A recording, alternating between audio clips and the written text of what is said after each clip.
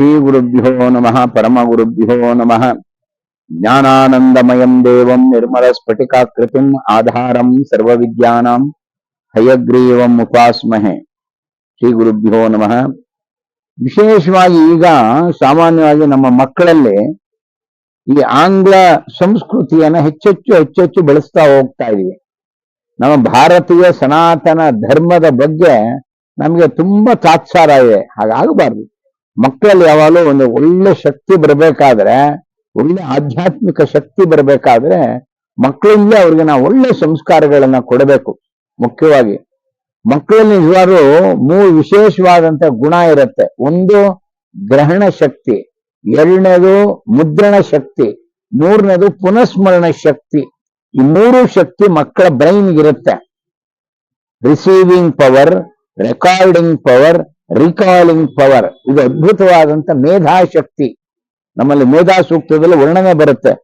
ಹಾಗೆ ಮಕ್ಕಳಿಗೆ ಆ ಸಂಸ್ಕಾರ ಕೊಡೋದು ಎಲ್ಲ ಪೋಷಕರ ವಿಶೇಷವಾದಂತ ಕರ್ತವ್ಯ.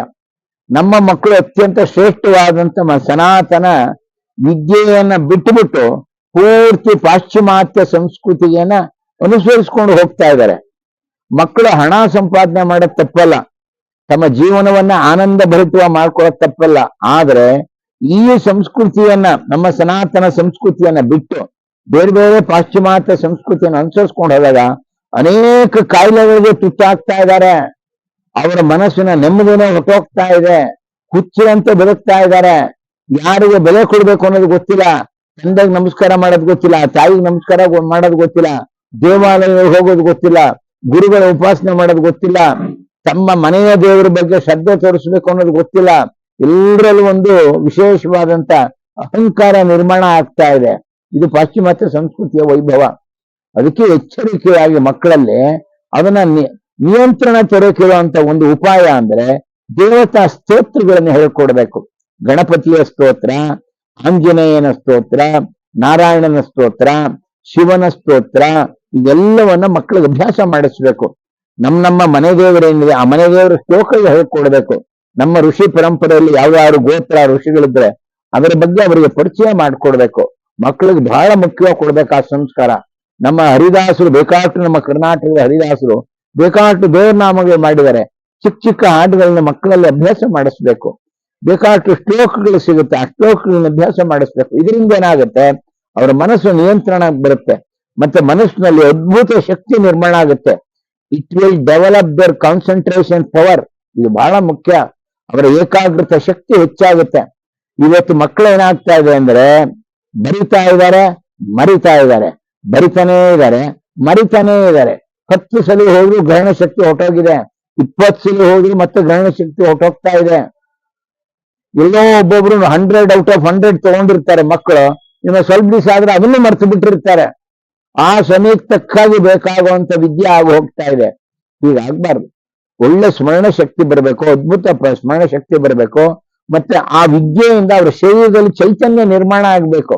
ನಮ್ಮ ವಿದ್ಯೆ ಆಧ್ಯಾತ್ಮ ವಿದ್ಯೆ. ಕೃಷ್ಣ ಹೇಳ್ತಾನೆ, ಆಧ್ಯಾತ್ಮ ವಿದ್ಯಾ ವಿಜ್ಞಾನ. ನಿಜವಾದ ವಿದ್ಯೆ ಅಂದ್ರೆ ಆಧ್ಯಾತ್ಮ ವಿದ್ಯೆ. ಆ ವಿದ್ಯೆ ಏನ್ ಮಾಡುತ್ತೆ ಅಂದ್ರೆ ಇವರಲ್ಲಿ ಚೈತನ್ಯ ಕೊಡುತ್ತೆ, ಶಕ್ತಿ ಕೊಡುತ್ತೆ. ಮತ್ತೆ ಸಮಾಜದಲ್ಲಿ ಹೇಗೆ ಬದುಕಬೇಕು ಅನ್ನೋದು ಗೊತ್ತುತ್ತೆ. ತಮ್ಮ ಶರೀರದಲ್ಲಿ it will develop their immunity power. ಅವರಿಂದ ಇದರಲ್ಲಿ ಯಾಕೆಂದ್ರೆ ಇಂಥ ಶ್ಲೋಕಗಳಲ್ಲಿ ಗುರು ಪರಂಪರೆಯಲ್ಲಿ ಆ ಸಾಮರ್ಥ್ಯ ಇರುತ್ತೆ. ಅದಕ್ಕೆ ನಮ್ಮ ಮಕ್ಕಳಿಗೆ ಒಳ್ಳೆ ಸಂಸ್ಕಾರ ಕೊಡಿಸಬೇಕಾದ್ದು ಎಲ್ಲ ಪೋಷಕರ ಆದ್ಯ ಕರ್ತವ್ಯ.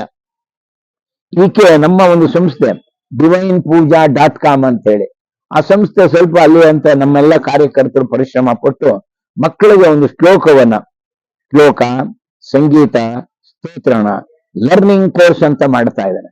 ಈ ಲರ್ನಿಂಗ್ ಕೋರ್ಸ್ ಅಲ್ಲಿ ವಿಶೇಷವಾದ ಶ್ಲೋಕಗಳು, ವಿಶೇಷವಾದಂತ ಸ್ತೋತ್ರಗಳು, ಸಾಕಷ್ಟು ಸಂಗೀತಗಳನ್ನ ಚೆನ್ನಾಗಿ ಅಭ್ಯಾಸ ಮಾಡಿಸ್ತಾ ಇದೆ. ಇದು ಕೇವಲ ಮಕ್ಕಳಿಗೆ ಅಷ್ಟೇ ಅಲ್ಲ, ಹಿರಿಯರು ಕೂಡ ಇದನ್ನ ಅಭ್ಯಾಸ ಮಾಡಬಹುದು. ಸುಲಭವಾಗಿ ಶ್ಲೋಕ ಅಭ್ಯಾಸ ಮಾಡುವಂಥದ್ದು. ಸುಲಭವಾದಂತ ಶ್ಲೋಕ, ಹೆಚ್ಚು ಒತ್ತಕ್ಷರ ಇಲ್ಲದೆ ಸುಲಭ ಪಠನ ಮಾಡೋ ರೀತಿಯಲ್ಲಿ ಹೇಳ್ಕೊಡ್ಲಾಗ್ತಾ ಇದೆ. ಮತ್ತೆ ಸುಲಭವಾದಂತ ದೇವ್ರ ನಾಮಗಳು, ಮನೆ ಮಟ್ಟಿಗೆ ನಮ್ಮ ಪೂಜೆಗಳ ಉಪಯೋಗಿಸಕ್ಕೆ ಬೇಕಾದಂತ ಸುಲಭವಾದಂತ ದೇವ್ರ ನಾಮಗಳು, ಇದನ್ನೆಲ್ಲ ಹುಡುಕಿ ಈ ನಮ್ಮ divinepooja.com ನವರು ಆ ಕಾರ್ಯ ಮಾಡ್ತಾ ಇದ್ದಾರೆ. ಅದನ್ನು ಸದುಪಯೋಗ ಮಾಡ್ಕೊಳ್ಳಿ. ನಿಮ್ಮ ಯೂಟ್ಯೂಬ್ ನಲ್ಲಿ ನೀವು ಆ ಚಾನಲ್ಗೆ ಸಬ್ಸ್ಕ್ರೈಬ್ ಮಾಡಿದ್ರೆ ಇದರಿಂದ ನೀವೇನು ಹಣ ಕೊಡಬೇಕಾದಿಲ್ಲ. ಇಂಥ ಒಂದು ಸತ್ಕಾರ್ಯಕ್ಕೆ ನಮ್ಮ ಧರ್ಮ ಬೆಳೆಯಕ್ಕೆ ಒಂದು ಪ್ರೋತ್ಸಾಹ ಕೊಟ್ಟಕ್ಕಾಗತ್ತೆ. ತನ್ಮೂಲಕ ನಮ್ಮ ಮಕ್ಕಳಲ್ಲಿ ಒಳ್ಳೆ ಚಾರಿತ್ರ್ಯ ನಿರ್ಮಾಣ ಆಗುತ್ತೆ, ಅವರಲ್ಲಿ ಒಂದು ಸಂಸ್ಕೃತಿ ಅಂಕುರಾರ್ಪಣೆ ಆಗುತ್ತೆ. ಎಲ್ಲದಕ್ಕಿಂತ ಮುಖ್ಯವಾಗಿ ದೇವರ ಅನುಗ್ರಹ ಆಗುತ್ತೆ. ಮಕ್ಕಳಲ್ಲಿ ಅಹಂಕಾರ ಬೆಳಿಬಾರ್ದು, ಮಕ್ಕಳು ಕಡು ಸ್ವಾರ್ಥಿಗಳಾಗಬಾರ್ದು. ಅವರಿಗೆ 4-6 ಜನಕ್ಕೆ ಬೇಕಾದ ರೀತಿಯಲ್ಲಿ ಬದುಕುವಂತ ಒಂದು ಮನಸ್ಸಿರ್ಬೇಕು. ಆಗ ಅವರು ಭಗವಂತನ ಬೇಕಾಗ್ತಾರೆ. ಮಕ್ಕಳಿಗೆ ಒಳ್ಳೆ ಚೈತನ್ಯ ಬರಬೇಕು. ಒಂದು ವೇಳೆ ಪೋಷಕರ ಹತ್ರ ಇಲ್ಲದೆ ಇದ್ರು ಅವರು ತಮ್ಮ ಕಾಲ ಮೇಲೆ ಬದುಕುವಂತ ಶಕ್ತಿ, ಆ ಕಸುವು ಮಕ್ಕಳ ನಿರ್ಮಾಣ ಆಗ್ಬೇಕು. ಇದು ಯಾವ್ದು ಕೊಡುತ್ತೆ ಅಂದ್ರೆ ಆ ಶ್ಲೋಕಗಳು ನೋಡಿ. ಆಂಜನೇಯನ ಶ್ಲೋಕ ನಾವು ಹೇಳ್ತೀವಿ, ಬುದ್ಧಿರ್ ಬಲಂ ಯಶೋ ಧೈರ್ಯಂ ನಿರ್ಭಯತ್ವ ಮರೋಗತ ಅಜಾಡ್ಯಂ ವಾಕ್ಪಟುತ್ವಂಚ ಹನುಮಾ ಸ್ಮರಣಾದ್ ಭವೆ. ಹನುಮಂತನ ಸ್ಮರಣೆ ಮಾಡಿದ್ರೆ ಬುದ್ಧಿ, ಬಲ, ಯಶಸ್ಸು, ಕೀರ್ತಿ, ಮಾತಾಡುವಂತ ಶಕ್ತಿ, ಸದೃಢ ಆರೋಗ್ಯ ಎಲ್ಲ ಪ್ರಾಪ್ತಿ ಆಗುತ್ತೆ ಅಂತ ಶ್ಲೋಕ ಹೇಳುತ್ತೆ. ಬೇಡವಾ ಅದು? ಅಂತ ಶ್ಲೋಕಗಳು ಬೇಡವಾ ನಮ್ಮ ಮಕ್ಕಳಿಗೆ? ಅಭ್ಯಾಸ ಮಾಡಿಸ್ಬೇಕು.